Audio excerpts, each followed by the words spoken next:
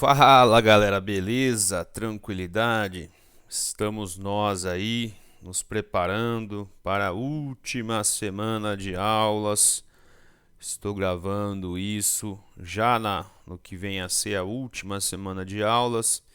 Então, né, já desde já digo a vocês que, né, mais um pouquinho de atenção para a aula, né, que logo nós estamos terminando esse ano extremamente cansativo e diferente nas nossas vidas, tá?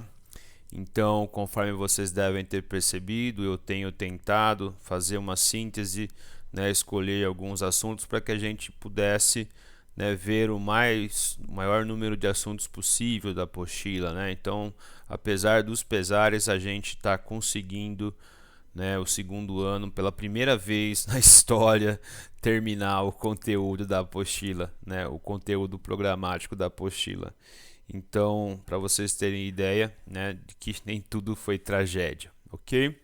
Então, essa é uma aula que eu vou fazer uma síntese, né? Então, um vídeo só para duas aulas que eu vou trabalhar a região sul. Então, como nós já estamos acabando, né? Penso em fazer uma aula mais sintética aí para que a gente, né, possa trabalhar de forma mais objetiva. Então, região sul do Brasil, 3 estados: Paraná, Santa Catarina e Rio Grande do Sul, certo? Começando sempre com os aspectos físicos, né? Para depois a gente trabalhar com aspectos sociais, econômicos e até, sei lá, políticos. No aspecto físico, né, a região sul do Brasil é a maior região do país, né, ou a única região do país, né, que vai ter ali uma grande área fora da zona intertropical. Se pensarmos o estado de São Paulo e Mato Grosso do Sul, também vão ter um pequeno pedaço, né, já dentro da latitude média, né, do que seria uma área subtropical. Mas a região sul em si, né, ela é uma região de latitude média, né, a única região do Brasil dentro de uma área de latitude média. Então, obviamente, a sua posição latitudinal vai refletir no clima da região. Sendo assim, né, é uma região de clima subtropical ou temperado mais para o sul, e é a única região do nosso país que vai ter as estações bem definidas, principalmente aquelas áreas mais altas, né? Em que, por exemplo, Gramado, Curitiba, algumas regiões aí dos 3 estados que vão ter até possibilidade de neve, né? Então, é uma região bastante peculiar, né? Então vão ter as 4 estações bem definidas. É uma região que vai ter sempre, né, a incidência de vários tipos de massa de ar distintas, e isso vai fazer com que é uma região que tenha um equilíbrio de chuvas, tá certo? Então, quando nós formos observar o climograma da região sul, vocês vão perceber que é a única região do país em que vai haver chuva o ano todo, tá certo? Então, isso nós vamos ver mais a seguir. No que diz respeito à estrutura geológica, né, e relevo, então a estrutura geológica da região, ela tem uma espécie de continuidade, né? Pensando em estrutura geológica e relevo, o que significa isso? Algumas unidades, por exemplo, como Planaltos e Chapadas da Bacia do Paraná, né, ou Planaltos do Atlântico Leste-Sudeste, né, que vão ser, né, vão estar presentes na nossa região, eles têm uma continuidade até a região sul. Então nós temos uma região de relevo bastante acidentado também, principalmente na região mais oriental da região sul, né? A parte mais a leste, a parte mais próxima do mar, né? Enquanto que o relevo da área mais a oeste, né, existem planaltos, mas os planaltos são um pouco mais suaves, né? Acho que todo mundo já viu aquelas serras catarinenses, elas são lindíssimas, né, e aterrorizantes ao mesmo tempo, certo? Então tem, né, serras, escarpas, acidentes geográficos, ok? Sendo que, né, nessa unidade de relevo que tem vínculo com o nosso Planalto do Atlântico Leste-Sudeste, a estrutura geológica ela é cristalina, ela é mais antiga, enquanto que os planaltos mais a oeste, né, são planaltos sedimentares, são terrenos sedimentares, né, que a gente chama de arenito basáltico. Basáltico por conta, né, daquela grande erupção que trouxe uma fenda ali para a superfície e capeou toda uma área com magma, né? E essa área ficou externa, essa área ficou extrusiva. E assim sendo, ao longo do tempo, esse material foi intemperizado, transformando-se num solo avermelhado. Então, esse solo avermelhado ele vai aqui da nossa região até o sul, ok? Outra coisa bastante interessante de chamar a atenção é que a região sul é uma das poucas áreas que vai ter carvão mineral no Brasil, principalmente na cidade de Criciúma, né? Santa Catarina. Tudo na cidade gira em torno da atividade do carvão mineral, tá certo? O que mais? Do ponto de vista hidrográfico, a região é extremamente rica, né? Então nós vamos ver aí no próximo mapa que três, né, bacias aí fazem parte da região sul, né? A bacia do Paraná, a bacia do Uruguai, a bacia sul-sudeste. Então, por conta, né, da pluviosidade, por conta do relevo, então é o que favorece essa rica hidrografia. E quando a gente pensa em paisagem, a gente chama atenção para dois domínios que nós aprendemos já em outros momentos, né? Os campos ou pradarias, que são chamados, né, nessa região sul, Uruguai e Argentina, de pampa, que é esse relevo mais planinho, né, mais suave, com vegetação rasteira, né, muito boa para a pecuária. E quando a gente pensa na região, principalmente no Paraná, né, mas também com algumas evidências também em São Paulo, Santa Catarina, a mata de araucária, né, que seria essa mata que vocês estão vendo aqui, esse tipo de pinheiro que vocês estão vendo, né, com uma folha aciculifoliada, né, com formato de agulha, né? Então essa mata de araucária já foi muito, né, alterada ao longo da história, principalmente no nosso século XX, né? Então foi produto aí de desmatamento para móveis, para fazer lenha, né, para obras. Então já é um domínio bastante alterado, ok? Veja o mapa da região sul, o mapa hidrográfico. Então aqui, ó, na fronteira com Argentina e Paraguai, nós temos o grande rio Paraná, né? Aí depois aqui o rio Paraná, ele vai para o Paraguai, depois para a Argentina. E aqui o que faz fronteira entre Uruguai e Argentina seria o rio Uruguai, né? Eis aqui o Uruguai. Só lembrando, né, que essa bacia toda ela faz parte da bacia internacional do Rio da Prata. E mais aqui para baixo, que a gente não consegue ver na imagem, a gente vê a foz e a foz, né, do Rio da Prata. Veja, né, aqui o climograma, há um equilíbrio bastante grande de, não sei, aqui eu não peguei a cidade, tá? Mas eu retirei esse climograma da apostila. Então é de uma cidade da região sul. Então veja que há um equilíbrio de chuvas. E aqui, ó, uma ampla, né, uma grande amplitude térmica Então veja, né, as temperaturas no verão e as temperaturas no inverno. Então no inverno a média cai bastante, ó, certo? Para depois subir no verão.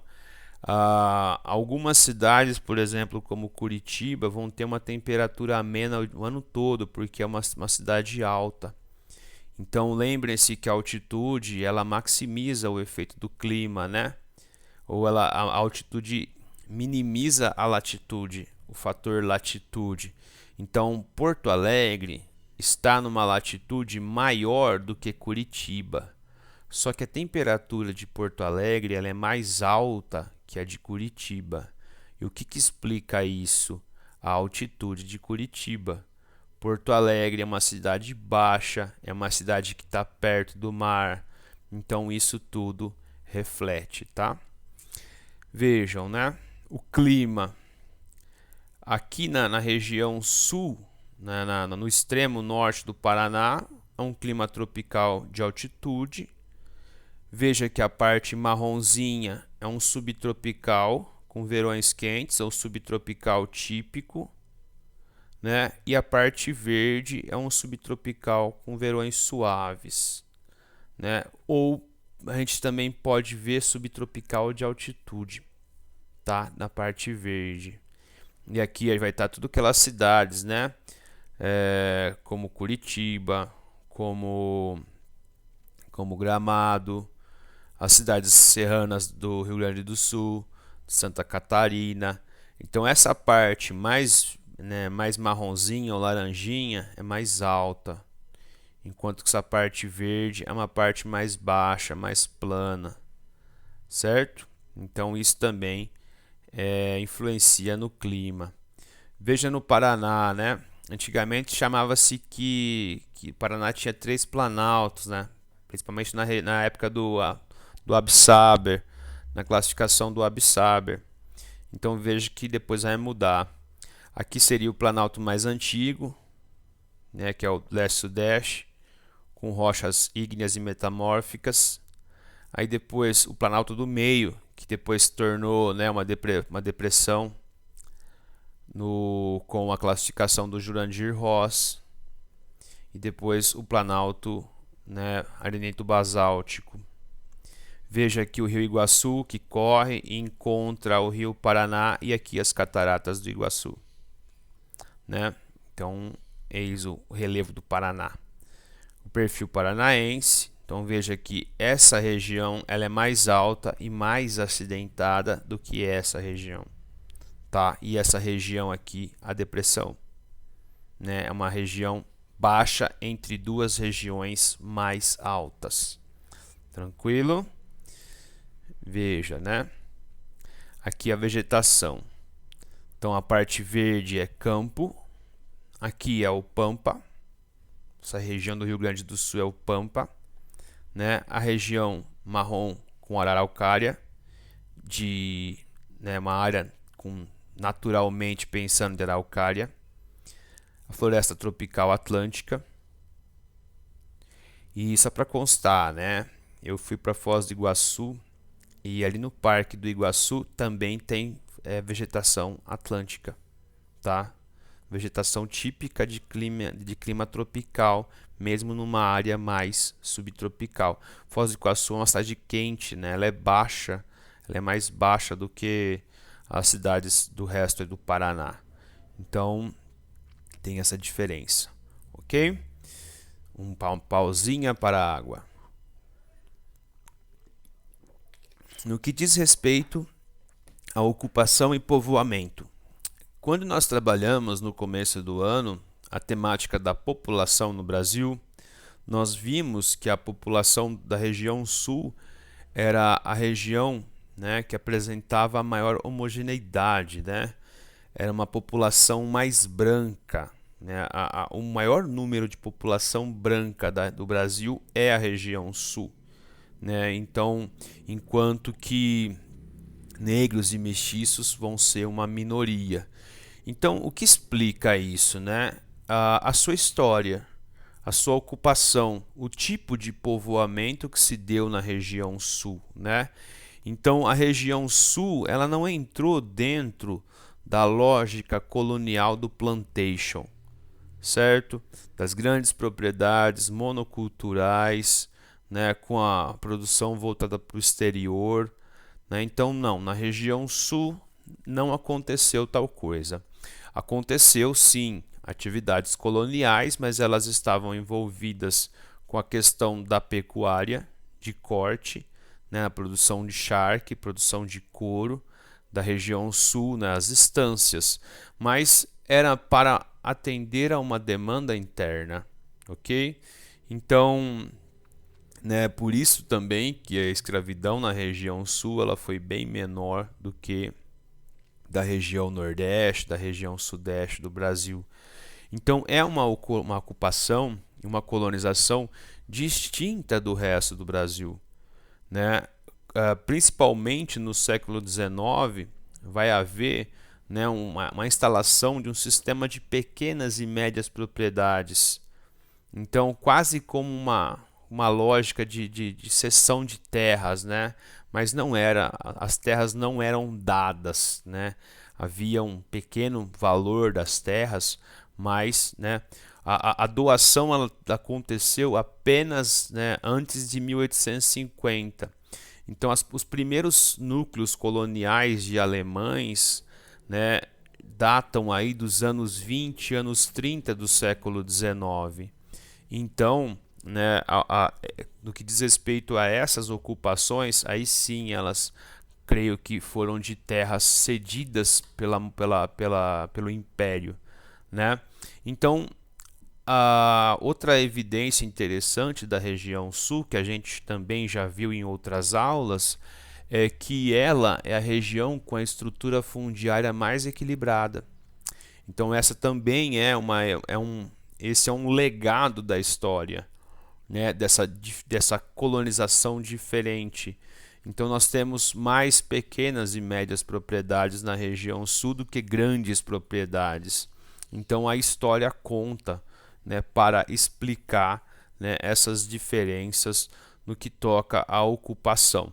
Então foram três focos principais de colonização, começando com a Campanha Gaúcha, que era uma região mais acessível, mais plana, né?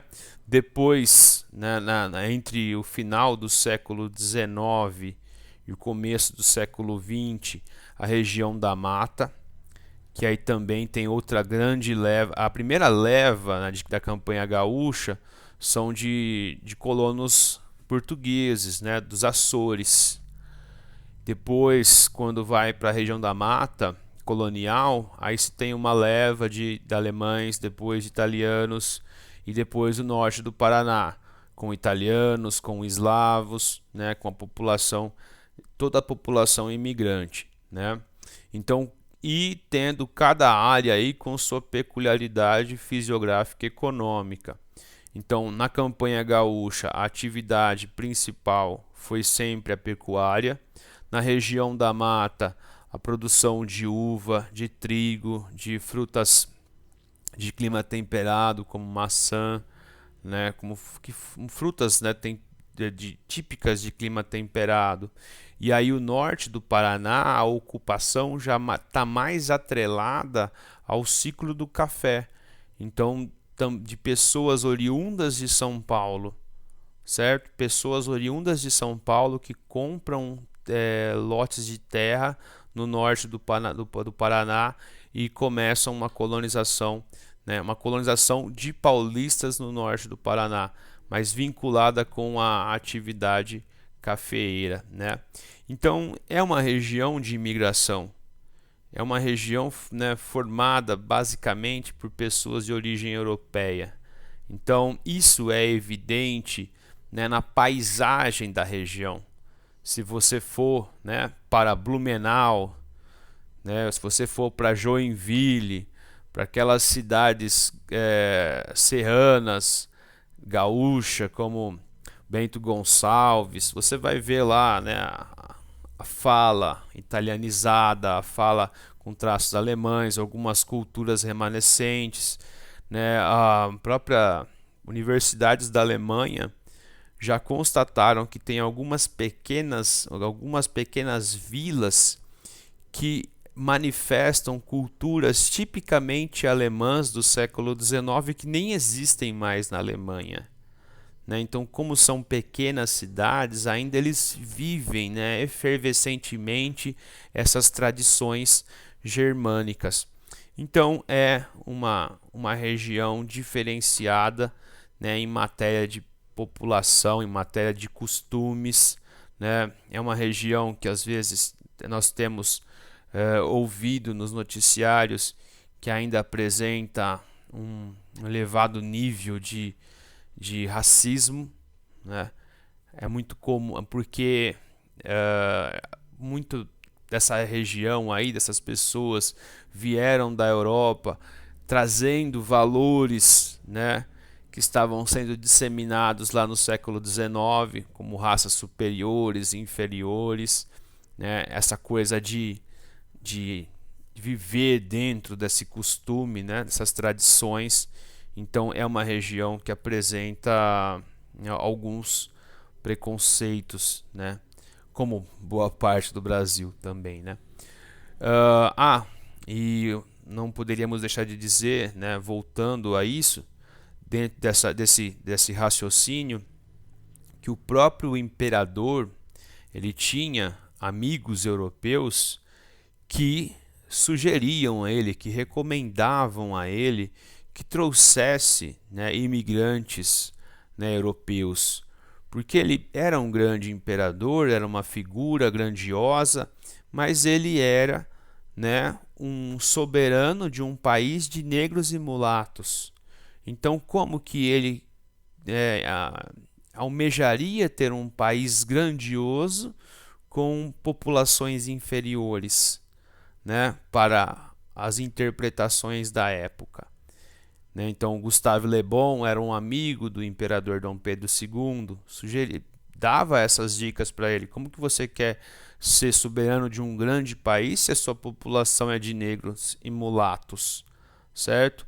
Então você tinha que trazer brancos civilizados da Europa para começar, né, construir uma nova grande nação, né, a partir e aí a ideia foi essa, né, que que os antropólogos, historiadores e sociólogos chamam de branqueamento, e esse branqueamento viria a partir da região sul, tá certo?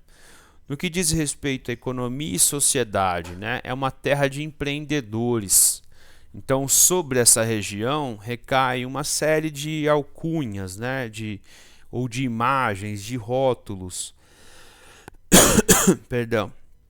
Então seriam esses, né? A terra de empreendedores, primeiro mundo brasileiro, é a região que vai apresentar na média o melhor IDH, né? Então é uma economia complexa, rica, cheia de oportunidades. A menor desigualdade do país está na região sul. Então, a partir daquilo que a gente viu, né, agora há pouco, não seria essa a explicação, o caminho para a explicação da região sul? Foi uma região construída com mais equilíbrio, com mais oportunidades, né?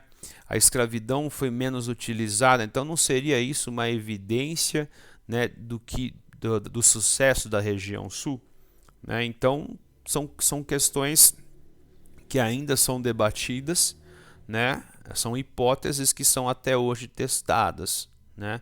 Então, esse maior equilíbrio não teria gerado mais ascensão social, mais possibilidades, né?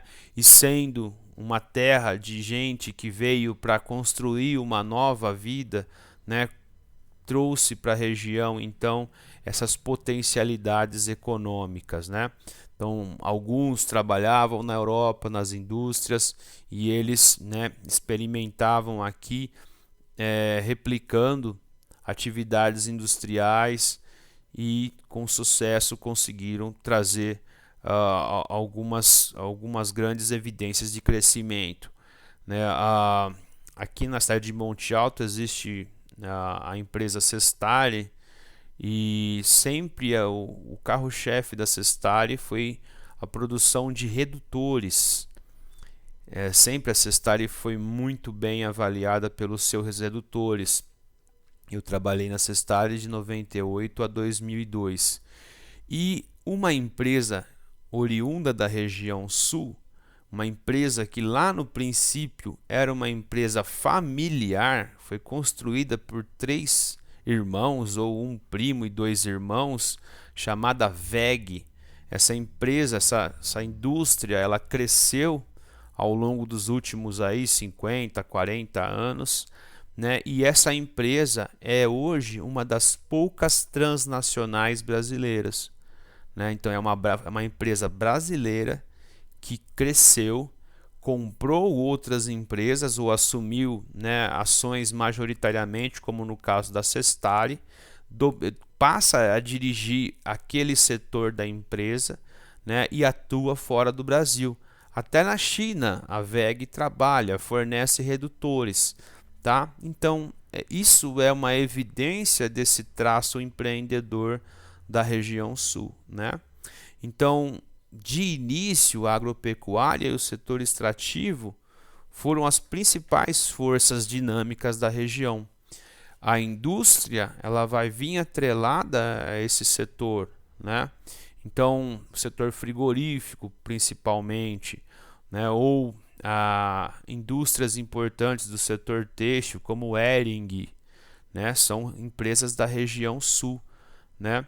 Então, hoje a região sul abriga muitas montadoras alemãs, a Santa Catarina, né, por ter essa tradição germânica, tem muitas montadoras, BMW, Audi, atuam na região sul. E quanto ao terciário, não é diferente, né? Porque é uma região que ganha muito dinheiro com, né, o setor de turismo e de serviços. Pegam grandes cidades com muito apelo turístico, como Foz do Iguaçu, né, como Blumenau, como Gramado, né, como Porto Alegre, Curitiba, Joinville. Então são cidades aí que, né, se inserem dentro da rota turística brasileira e internacional. Quando eu estive em Foz do Iguaçu, né, eu vi gente do mundo todo. E por que Foz do Iguaçu foi catapultada aí dentro do ramo turístico? Porque, né, as cataratas, elas são consideradas uma das maravilhas do mundo. Então tem pessoas que escolhem os seus destinos a partir desses títulos, né? Então, depois que Foz do Iguaçu foi escolhida como uma das maravilhas do mundo, né, o número de pessoas que passou aí para lá, né, é um número assustador, ok? Então, aqui um mapinha da agricultura e da pecuária, região sul, né, uva, gado como de tradição, né, aí tem soja, feijão, arroz, uma produção de arroz importante no Rio Grande do Sul. Então são culturas tradicionais. Aqui a região serrana, né, batata, café no norte do Paraná, gado aqui na região do oeste do Paraná, enfim, né, são cereais, são culturas importantes da região sul. E terminando a nossa aula, o mapa da indústria. Então, indústrias principalmente de alimentos na região sul, né, no Rio Grande do Sul, indústrias, né, do setor têxtil, Santa Catarina, vinícolas aqui na região, entre essas duas regiões, carvão, como eu citei, na região de Criciúma e arredores. Então é uma economia complexa, né? Uma economia que vai apresentar os 3 setores bastante desenvolvidos. Ok, galera? Então é mais ou menos isso. Esse é o mapa de densidade. As áreas mais densas são a de Porto Alegre, o litoral, né, de Santa Catarina, o norte do Paraná, Curitiba. São as áreas mais densas do ponto de vista populacional. Encerro então, né, o nosso curso de Geografia desse ano. Agradeço a você que ouviu até aqui essa aula. Agradeço pela atenção, né? Espero que ano que vem a gente esteja novamente juntos em sala de aula, né? Isso aqui serviu para a gente manter o nosso contato, mas isso aqui definitivamente não substitui a nossa relação presencial, né? Dentro de uma sala de aula.